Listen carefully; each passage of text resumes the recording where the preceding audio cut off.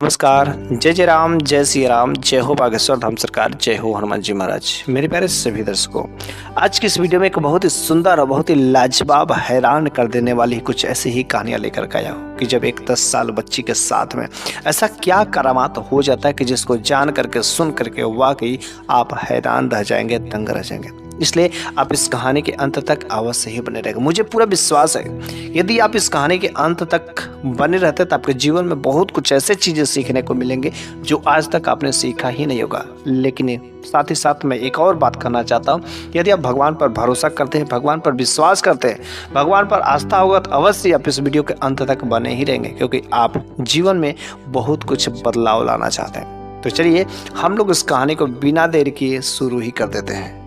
तो एक बार की बात है कि एक गांव में एक छोटा सा परिवार, जिस परिवार में केवल 2 ही लोग थे, एक माँ और बेटा।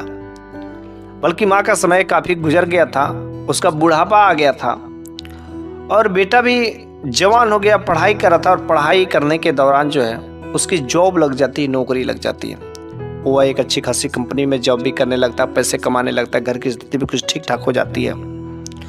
जब घर की स्थिति ठीक ठाक हो जाती है तो माँ ने कहा, देखो बेटा, अब तुम जॉब भी पकड़ लिए हो और मेरा समय अब जो है काफ़ी बुढ़ापा हो गया है, इसलिए तुम जो शादी कर लो। अगर तुम्हें कोई लड़की पसंद हो तो मुझे बता दो। तो उस लड़के ने कहा कि माँ, मैं तो सोच ही रहा था कि तुम जो है ये बात पूछोगी, लेकिन मैं कितना लकी हूँ कि मेरे को ऐसी माँ मिली है कि जो मेरे को स्वतंत्रता दी है।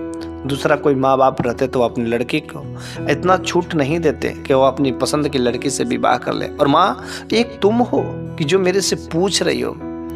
उस लड़के ने फटाफट देरी नहीं की, उसने कहा, हाँ, मुझे एक लड़की बहुत ही बेहद पसंद है और शायद तुम जब उस लड़की को देखोगी तो तुम्हें भी बहुत पसंद आएगा।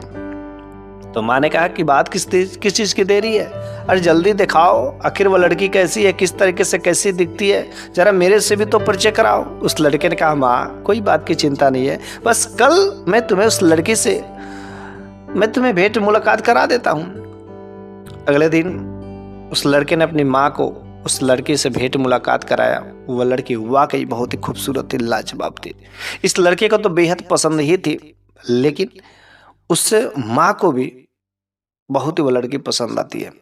तो लड़के ने कहा कि माँ देखो, इसकी एक ख्वाहिश है कि यह चाहती है कि अपनी पढ़ाई का जो दौरान है, शादी के बाद भी जो पढ़ाई पूरी कर सके। अगर तुम राजी हो तो मैं इससे शादी करूं, क्योंकि चाहती है शादी के बाद भी पढ़ाई करना। तो उस माँ ने कहा, अगर मेरी बहू जो है शादी के बाद भी अगर पढ़ाई करनी चाहती तो बात किस चीज़ की है? गलत है, पढ़ाई करना कोई बुरी बात नहीं है, पढ़ेगी जितना चाहे उतना पढ़ेगी। उसने कहा, ठीक है, तब कोई बात नहीं। अब जो है दोनों लोगों का अच्छा खासा रिश्ता हो जाता है, शादी विवाह हो जाता है। शादी विवाह होने के बाद घर परिवार बहुत ही सुखी से शांति से चल रहा था।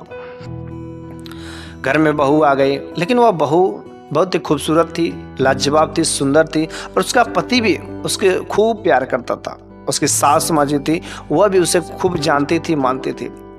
लेकिन शादी के जब 1 साल बीत जाते हैं तो माँ ने कहा कि देखो बेटा, अरे शादी हो गए और हमारे वंश को चलाने वाला कोई चाहिए कि नहीं चाहिए, कोई नाती पोता दोगे कि नहीं दोगे?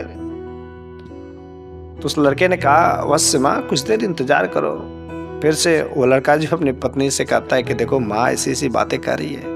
तो दोनों लोग प्रयास करते हैं, 1 साल नहीं 2 साल बीत जाते हैं, लेकिन उन लोगों का प्रयास संभव नहीं होता है।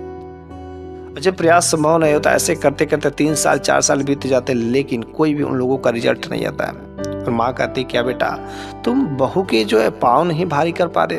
क्या बात है, कहीं कुछ दिक्कत है, कोई परेशानी है तो मुझे बताओ। अरे अगल बगल के रिश्तेदार, पास पड़ोस के मोहल्ले लोग पता नहीं क्या क्या चीज़ें बातें कहते हैं और मैं कब तक सुनती रहूँगी? आखिर तुम क्या कर रहे हो? जाकर डॉक्टर के पास चेक कराओ, दवा कराओ, दुआ लो, भगवान की कृपा लो, भगवान के शरण में जाओ, हर चीज़ करो जो संभव हो सके, वो सारे के सारे प्रयास करो।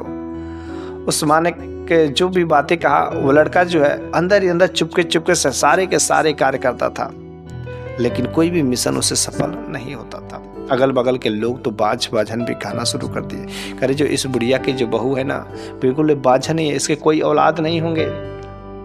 यह ताना सुन करके वह अंदर ही अंदर जो बहू थी ना, उसके ऊपर क्या कष्ट बीतता था, क्या गजब अंदर अंदर रोती थी। शादी के 6 साल बीत जाते हैं और उसकी माँ का समय काफ़ी बुढ़ापा हो जाता है। वह माँ कहती है, अरे बेटा, अरे हमारे घर के आंगन में किलकारी कब खिलेगी, कब मेरे घर में कोई नाती पोता आएगा, अरे मैं मर जाऊंगी तब तुम पैदा करोगे क्या। नहीं बेटा, ऐसा अन्याय मत करो बेटा, एक बात अगर मैं कहूँ तो तुम बुरा नहीं न मानोगे। बेटा ने कहा, नहीं माँ, ये तुम्हारा फर्ज है, तुम्हारा अधिकार है, तुम जो भी कहोगे वो मुझे मानना ही है। तो उस बूढ़ी माँ ने कहा कि देखो माँ, ये मैं तुम्हारा बेटा हूँ और मुझ पर तुम पूरा अधिकार है, तुम क्या करना चाहते हो। तो उस बूढ़ी माँ ने कहा कि देखो बेटा, अगर तुम बुरा ना मानो तो मैं कहती हूँ कि तुम जो है एक और शादी कर लो। शायद तुम्हारी पत्नी में कुछ दिक्कतें होंगी, कुछ समस्याएं होंगी जिसकी वजह से कोई औलाद नहीं हो पा रहे। तुम दूसरी शादी कर लो, तुम्हें औलाद अवश्य होंगे। तो उस लड़के ने जैसे ये बात अपनी माँ के मुख से सुना तो वह अचंभित रह जाता, दंग रह जाता कि माँ, ये तुम क्या कर रही हो। अरे तुमको पता है ना कि मैं अपनी पत्नी से कितना प्रेम करता हूँ, और शादी से पहले ही मैं जिस तरीके से प्रेम करता हूँ आज भी मैं वैसे ही प्रेम करता हूँ। और तुमको भी तो मेरी जो तुम्हारी जो बहू है काफ़ी पसंद थी, बहुत ही प्रेम है, बहुत ही अच्छी थी, लेकिन आज उस बहू का अगर कोई औलाद नहीं हो रहा तो तुम एक कैसी बातें कर रहे हो। तो उसकी माँ ने कहा कि देखो बेटा, ये बात सत्य है कि तुम्हारी बहू को मैं भी पसंद करती हूँ, कि तुम भी पसंद करते हो, तुम बहुत प्रेम करते हो, लेकिन हमारे घर के आंगन में किलकारी भी खिलना चाहिए। बेचारा वह जो है लड़का जा करके अपनी पत्नी से बात बताता है। उसकी पत्नी फूट फूट करके रोने लगती है। वह मन ही मन अपने आप को कोसने लगती है कि हे भगवान, ये क्या हो रहा है, क्या आप मेरे घर के आंगन में किलकारी नहीं खिलेगी। वह दोनों लोग भगवान के शरण में जाकर के चीखते हैं, चिल्लाते हैं, शायद कब जो उनकी विनती सुन ली जाएगी। किसी ने बताया कि चलो भाई उस डॉक्टर के यहाँ इलाज कराओ। बहुत दूर दूर के लोग वहाँ पर आते हैं, हर जगह लोग जाते हैं। और एक बार जब दोनों पति पत्नी मिल करके जाते हैं, शादी के 7 साल बाद हो जाते हैं, कोई औलाद नहीं रहती है। शादी के 7 साल बीत जाते हैं और वो लोग एक जगह डॉक्टर के पास में जाते हैं, वहाँ पर चेकअप कराने जाते हैं। और चेकअप कराने के बाद जब उसका रिपोर्ट आता है तो जब पति जो रिपोर्ट देखता है तो उसका खुशी से फूला न समाया जाता है। और रिपोर्ट देख करके बहुत ही खुश होता है, क्योंकि अब उसकी पत्नी प्रेग्नेंट हो चुकी थी, गर्भवती हो चुकी थी। और उसको खुशी से फूला ना समाया जाता। वह सोचता है कि मैं अपनी पत्नी के पास किस तरीके से जाऊं, क्या मैं जैसे पहले जाता था वैसे ही जाऊं, या कुछ गिफ्ट लेकर के जाऊं, कुछ उपहार लेकर के जाऊं, आखिर किस तरीके से ले जाऊं। मन ही मन जो है वह जो है सोच करके वह जो जा रहा था, और सोचता कि आज मैं अपनी पत्नी के बालों में अच्छे से गजरा लगाऊंगा, कुछ फूलों का उपहार लेकर के अपने पत्नी के पास में जाऊंगा। और कुछ फूलों का उपहार लेकर के वह अपने पत्नी के पास में जाता है। रिपोर्ट पीछे छुपा करके जाता है। उसकी पत्नी जो है उस हॉस्पिटल के दरवाजे पर उसका इंतजार कर रही होती है कि मेरा पति अब आएगा। उसका पति जब उसके पास में जाता है तो फूलों का गुलदस्ता पीछे छुपा लेता है। उसकी पत्नी, अरे आपके पीछे क्या छुपा रहे हैं, अरे आज तक आपने तो कोई चीज़ नहीं छुपाई, लेकिन आज ऐसी कौन सी बात है, कौन सा इंपॉर्टेंट चीज़ है भाई जो आप मुझसे छुपा रहे हैं, बात बताइए ना, क्या चीज़ें हैं। वह मन में सोच रहा था कि शायद खुशी बर्दाश्त कर पाएगी कि नहीं कर पाएगी, लेकिन वह फूलों का गुलदस्ता निकाल कर अपने पत्नी के हाथों में देता है और अपनी पत्नी से कहता कि अब तुम माँ बन सकती हो, तुम गर्भवती हो। जैसे यह बात जब वह सुनती है तो उसके आंखों से खुशी के आंसू टपक पड़ते हैं। खुशी के आंसू रुकते नहीं। वह अपने पत्नी के आंसू को पूछता कि अरे घबराने की बात नहीं है, अरे अब हम लोग भी बाप बन सकते हैं, तुम माँ बन सकती हो, तुम गर्भवती हो। सोचो इतनी खुशी की बात है, अगर जब मेरी माँ सुनेगी तो वह कितना खुश होगी। वे लोग घर पर जाते हैं और जब घर पर जाते हैं तो अपने उस बूढ़ी माँ को वह खबर सुनाता है। और जब बूढ़ी माँ को खबर सुनाता है तो उस बूढ़ी माँ को भी खुशी से ठिकाना नहीं रहता। अब तो वह बूढ़ी माँ अगल बगल घूम घूम के लगती मिठाइयाँ बांटने, अरे मेरे भी पति जो बहू है गर्भवती हो गई है, गर्भवती हो गई, गर्भवती हो गई है, अब जो है हमारे घर के भी आंगन में किलकारी खिलेगी। बहुत ही खुश होती है बस बूढ़ी माँ। और कुछ दिन बाद उसके घर के आंगन में एक खूबसूरत नन्ही सी मुन्नी सी एक बच्ची का जन्म होता है। सारे के सारे उसके परिवार वाले बहुत ही खुश होते हैं कि चलो घर के आंगन में कोई किलकारी तो खिली, कितना अच्छा दिन है। उसका बहुत ही खूबसूरती से उन लोगों ने नाम रखा था लतासा। लतासा छोटी सी बच्ची, बहुत ही खूबसूरत प्यारी सी थी। लेकिन जैसे ही लतासा 1 साल की होती है, उसकी जो दादी माँ थी अर्थात जो बूढ़ी माँ थी उस घर में उनकी मृत्यु हो जाती है। चाहे जैसे भी हो, उनकी जो सपने थे, ख्वाहिशें थे कि हम भी एक नाती पोतों को देखना चाहते हैं, और उन्होंने देख लिया। शायद उनकी अंतिम ख्वाहिशें पूरी हो गई और उसके बाद उनकी मृत्यु हो जाती है। दोनों लोग बड़े ही उदास होते हैं कि मेरी माँ, जो मेरी बूढ़ी माँ थी घर में जो थी, आज वो दुनिया से चल पड़ी। चलो कोई बात नहीं, उनका अंतिम समय आ गया था। चिंता थोड़ी सी जरूर होती है।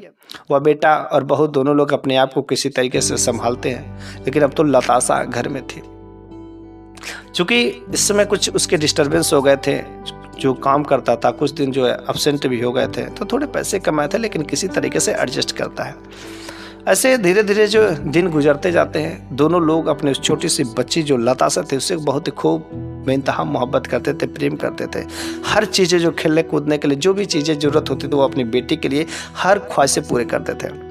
जहाँ पर वे सब रहते थे उसके घर के बगल में एक और जो अंकल जी रहते थे, सलीम भाई। ठीक है, जात बिरादर से यदि देखा जाए तो वे एक मुस्लिम थे। वे सलीम भाई थे।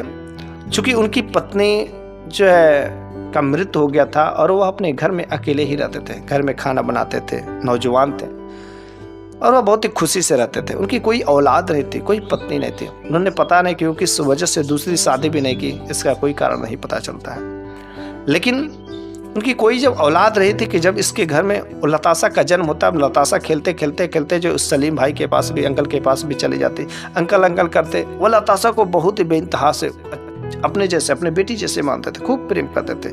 उसके लिए मिठाइयाँ लाते, उसके लिए खाना पीना लाते। और लतासा जो छोटी बच्ची थी, जितना अपने मम्मी पापा से लगाव था कहीं उससे ज़्यादा लगाव अब तो सलीम अंकल से हो गया। ज़्यादा समय जो उन्हीं के साथ में गुजारते थी, बहुत ही अच्छे से सब कुछ चल रहा था। इस तरीके से वह लतासा धीरे धीरे धीरे वह जो बड़ी होती गई, 5 साल की भी हो गई। जब लतासा 5 साल की हो जाती है तो जैसे जैसे वह बढ़ती है, होशियार भी होती है, समझदार भी होती है और काफ़ी समझदार, खूबसूरत भी दिखती है। वाकई जैसे जैसे वह बड़े थे उसके क्या गजब के बाल घुंघराले दिखते थे। लोग देख करके मोहित हो जाते, कितनी प्यारी बच्ची, कितनी क्यूट बच्ची। दोनों पति पत्नी बहुत ही खुश थे। इधर वह कंपनी में जॉब करता, हर तरीके से सब कुछ ठीक ठाक चल रहा था। और एक समय ऐसे भी आया कि जब लतासा 10 साल की हो जाती है।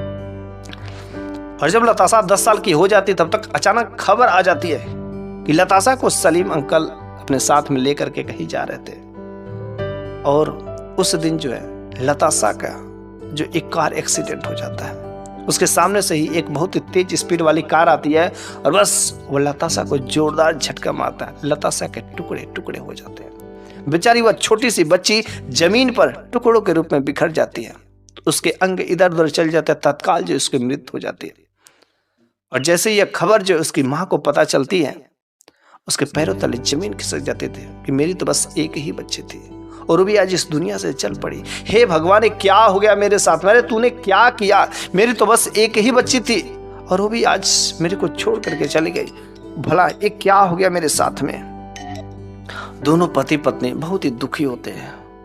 किसी तरीके से उनका उस छोटी सी बच्ची का अंतिम संस्कार उसके पति ने किया, हर तरीके से काम समाप्त करने के बाद। लेकिन जो उसकी पत्नी थी उसको अपनी बेटी का लतासा की यादें उसको छोड़ नहीं रही थी। उसका दिमाग का संतुलन खो गया था। वह पागलों जैसा बर्ताव कर रहे थे। कभी कभी वह इधर भागती, कभी उधर भागती, लतासा को चिल्लाते हुए इधर उधर बुलाती थी। वह जो डॉक्टरों से इलाज भी करवाता अपनी पत्नी को बचाने के लिए। वह डर में रहता कि अगर मैं छोड़ करके कहीं चला जाऊंगा तो शायद मेरी पत्नी भागती भागती कहीं इधर उधर ना चली जाए। मैं इसे इतना प्रेम करता हूँ, कहीं इसका भी कहीं कुछ इसके साथ अगर हादसा हो जाएगा तो मैं तो जीते जी मर जाऊंगा। इसलिए वह अब तो अपने ऑफिस पर भी नहीं जाता था, काम पर नहीं जाता था। काफ़ी दिन जो एब्सेंट रहता था। जब उसकी पत्नी अपनी लतासा के याद में डिप्रेशन में चली जाती तो वह भी अपने उस याद में डिप्रेशन में धीरे धीरे चलता जाता। स्वास्थ्य दोनों लोगों का धीरे धीरे खराब होने लगा। कुछ समझ नहीं आता। कभी कभी तो उसकी पत्नी रात के समय कहती, देखिए ना लतासा छत पर जा रही है, अरे बुला रही है, अरे देखिए ना चिल्ला रही है, अरे जाइए ना जल्दी। कभी कभी तो वो होशियारी के जैसे बात करती थी कि देखिए लतासा वैसे नहीं, लतासा काफी होशियार बच्ची थी, काफी समझदार बच्ची थी। और भला एक कार के आगे वह कैसे जा सकती है? वह काफी होशियार है। जरूर उसके साथ किसी ने कोई साजिश रची होगी, किसी ने उसको मरवाया होगा, किसी ने उसको कार में धकेला होगा, या कार ने डायरेक्ट लाकर किसी से कुछ दुश्मनी हो गई। आपके साथ ही कुछ दुश्मनी हो सकती है। पति ने भी कहा मेरे साथ कोई किसी की दुश्मनी नहीं है, लेकिन पता नहीं क्या हो गया। वो तो समझता था कि बस मेरी पत्नी की भ्रम है, मेरी पत्नी का दिमाग जो घूम गया, इस वजह से वो नींद की गोलियां खिलाता था। जैसे उसकी पत्नी इधर उधर भागती थी, इधर उधर बार बार लतासा लतासा चिल्लाती थी, तो बस उसे कुछ नहीं सिवाय ऑप्शन दिखता था कि उसे कुछ नींद की गोलियां देकर के सुला देता था। और एक बार शाम का समय था, उसकी पत्नी चिल्लाते हुए भागती है, कर देखो देखो देखो लतासा जा रहा, लतासा जा रही, लता छत पे जा रही, छत पे जा रही, जाइए ना उसे बुला करके लाइए। वो सीढ़ियों की तरफ चलती हुई दौड़ती है और ऐसा लगता है कि बस उसकी पत्नी सीढ़ियों पर से गिर ही जाएगी, लेकिन तब तक उसके पति ने उसे संभाल लिया। वो जाकर के छत पर देखता है कि शायद ऐसे ही कुछ होगा, लेकिन छत पर जब हो जाता है तो कोई नहीं रहता है, कोई कुछ नहीं दिखता है। वह समझ जाता है कि बस ये तो मेरी पत्नी का भ्रम है, शायद कुछ इसको हो रहा होगा, और इसको तुरंत वो नींद की गोलियां खिला करके सो जाता है। रात के 10 बज रहे थे। 10 बजे के समय में वह पति जो अपनी पत्नी की तथा अपने बच्चे की यादों में खोया हुआ, वह जो कुछ काम से वह अपने घर से बाहर आता है।